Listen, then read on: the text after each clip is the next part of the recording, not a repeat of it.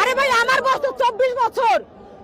আমি আমার বিগত 23 বছরে দুই সরকারের শাসন দেখেছি, বিএনপি সরকার, আওয়ামী লীগ সরকার। ওই দুই সরকারের শাসনামলে যতটুকু আমরা অত্যাচারিত নির্যাতিত হয়েছি, 2 মাসে তার রেকর্ড ছাড়িয়ে গিয়েছে। আমার 23 বছর আমি যা না দেখেছি, 2 মাসে তার রেকর্ড ছাড়িয়ে গেছে। আজ কোন জেলা আক্রান্ত হতে বাকি নাই। দিকে দিকে আগুন চলছে। যশোরের এক মহিলাকে, ভদ্র মহিলাকে মেরে ম্যানহোলে ঢাকনা চাপা দিয়ে রেখে দিয়েছে। আরে ভাই আমিও তো ঢাকাতে একা থাকি, আমার বাবা দূরে থাকে। আজকে যশোরের তাকে ম্যানহোলে ঢাকনায় চেপে রেখেছে মেরে। আমার মারলে তো ভাই কেউ দেখবে না।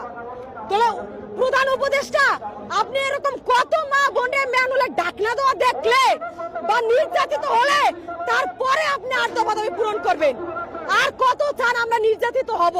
কত চান ম্যানহোলে ঢাকনা আমাদের মরদেহ পাবে? আরে আমি মরে গেলে তোমার বাবা আমার পাবেও না।